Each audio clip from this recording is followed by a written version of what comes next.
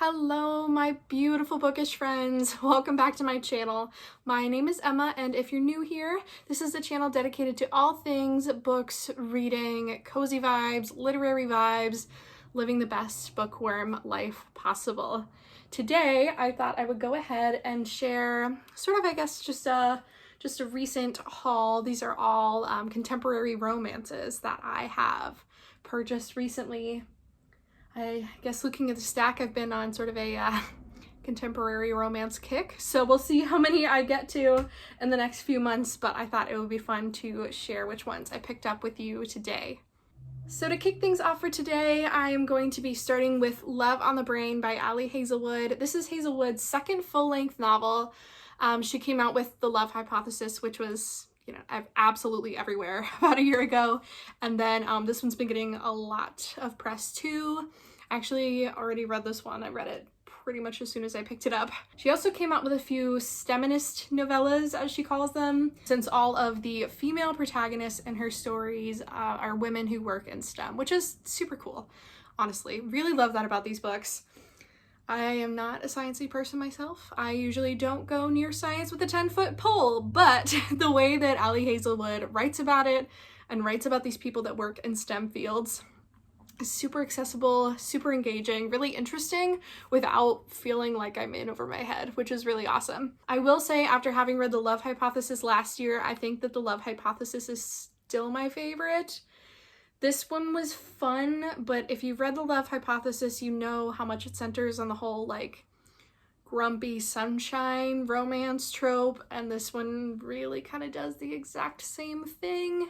I mean, you know, she changes the protagonist's hair color and the area of STEM that they work in and a few minor details, but I feel like the stories aren't necessarily different enough from each other. But at the same time, if you really love The Love Hypothesis and you're just wanting to, like, basically read that one over again, give Love on the Brain a try.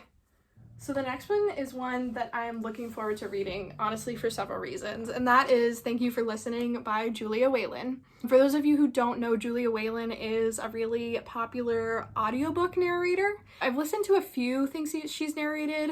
I know that she narrated some of Taylor Jenkins Reid's books, so I've listened to those and some other things as well, but she's just got a really clear way of speaking, and her voice itself is super comforting, like one that you could fall asleep listening to, and like, not in a boring way, but like in an actual, this voice is really comforting way. And the super cool thing about this one is that it actually centers on a female audiobook narrator, which is so cool, because then Julia Whelan really has like the inside scoop on what that's actually like, which is amazing. But in this story, she is an audiobook narrator that refuses to narrate romance novels after her own dreams were tragically cut short. But then one of the world's most beloved romance novelists wants her to perform her last book with Brock McKnight, the industry's hottest, most secretive voice.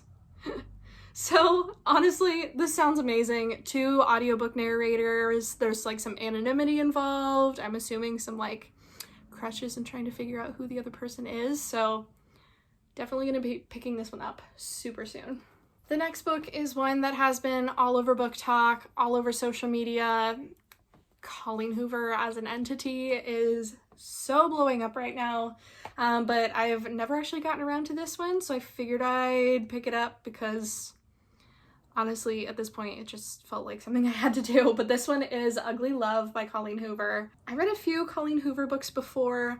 I started with Layla, which is honestly not my favorite. Probably does it for some people.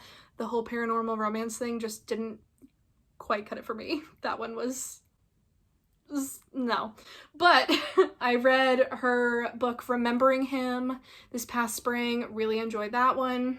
I've also read It Ends With Us. That one, I mean, definitely some pretty serious stuff going on. I know that that one's really super popular too. I don't know that it's my favorite just because of the way that it handles certain topics. And then I read November 9 as well, and I did really enjoy that one too. The characters were far from perfect, but like the entire time I was reading and I couldn't stop because I just wanted to see how the other November 9s turned out, so I was curious enough to keep reading. Basically, like, I know Colleen Hoover is maybe one of the most popular authors in existence right now.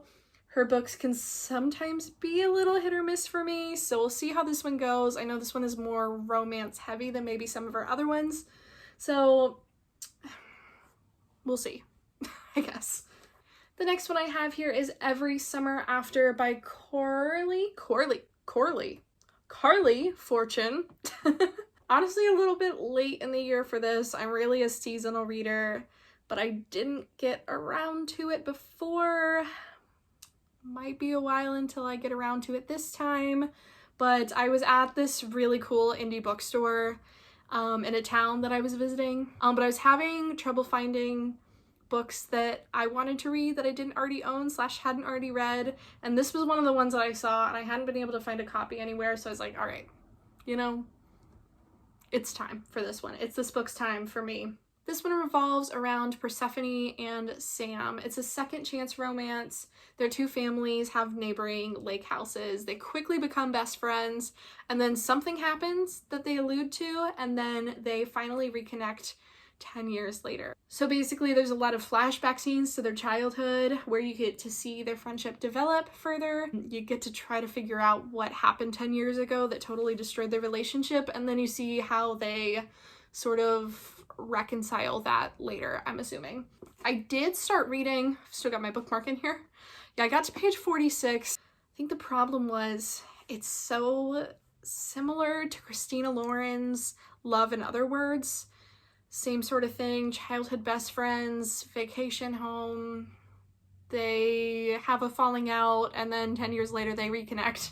So having loved that one so much, and having the first 46 pages of this be so similar feeling to Love in Other Words, wasn't sure that I wanted to read a story that was so similar again so fast. So this one, I'm sure I'll pick back up eventually. Probably won't see the light of day until it is warm again outside, but there it is, Every Summer After. This next one is really a pretty new release. This is The American Roommate Experiment by Elena Armas. This is Elena Armas's second book. Her debut came out, I think, last year, The Spanish Love Deception. I know that one's gotten some hate. I mean, I'd be lying if I said I didn't enjoy it. Is it perfect? No, but does a romance need to be 100% perfect for me to still be able to enjoy it and enjoy the characters and enjoy the story? Not really. So that being said, I'm excited to read her second novel. This one is about Rosie Graham and a guy named Lucas. Rosie just quit her well-paid, regular career job to focus on her secret career as a romance writer, only to enter a creative slump. And then enter Lucas. They unknowingly end up having to share the same apartment, and even though at first it's really not an ideal situation, Lucas decides that he is going to help Rosie get out of her creative slump by taking her on a series of romantic dates just to get the creative juices flowing, right? But we both know that's not where it's gonna stop. And I don't know what the dog's deal is here on the back, but you know, here for it. Was it a cover buy? Just for the dog? Maybe. I mean, I'm a sucker for a forced proximity romance, and I think that this one is gonna fit the bill. The last two books that I have today are actually from Book of the Month. This isn't sponsored by them or anything. I'm just a regular old Book of the Month user myself. But if you are interested, I will have my code down in the description box, and that gets you your first box at a reduced price. Honestly, what got me into this one is just how hilarious the blurb is. It says, "She's got his back. Hannah Brooks looks more like a kindergarten teacher than someone who could kill you with a corkscrew, or a ballpoint pen, or a dinner napkin. But the truth is, she's an executive protective agent, aka Bodyguard, and she just got hired to protect superstar actor Jack Stapleton from his middle-aged corgi breeding stalker." Who knew corgi breeders could be so violent? Jack Stapleton is a household name, but a few years back, in the wake of a family tragedy, he dropped from the public eye and went off the grid. When Jack's mom gets sick, he goes home to the family's Texas ranch to help out. Only one catch: he doesn't want his family to know about the stalker, or the bodyguard thing. And so Hannah, against her will and better judgment, finds herself pretending to be Jack's girlfriend as a cover, even though her ex says no one will believe it. What could possibly go wrong? So And I think that gives you an idea of what The Bodyguard is about. I've heard it's super funny.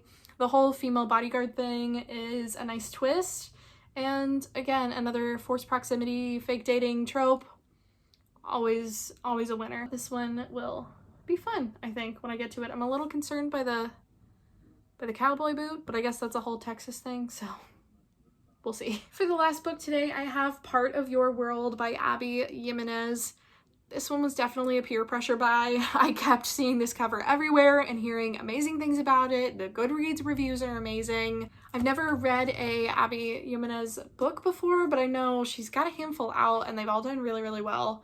This one focuses on Alexis Montgomery and Daniel Grant. Alexis is an ER doctor and Grant is a, I quote, ridiculously hot carpenter who's 10 years younger than her and as casual as they come, the complete opposite of sophisticated city girl Alexis, and yet their chemistry is undeniable. Sounds like even ER doctors have their fair share of familial pressures in this one, because it says, while her ultra-wealthy parents want her to carry on the family legacy of world-renowned surgeons, Alexis doesn't need glory or fame. She's fine with being a mere ER doctor. And every minute she spends with Daniel and the tight-knit town where he lives, she's discovering what's really important. Yet letting their relationship become anything more than a short-term fling would mean turning her back on her family and giving up the opportunity to help thousands of people. Bringing Daniel into her world is impossible, and yet she can't just give up the joy she's found with him either. With so many differences between them, how can Alexis possibly choose between her world and his? So it sounds like we've got some family drama going on, some small town dynamics, age difference romance. There's a lot happening, and I am excited to get to this one.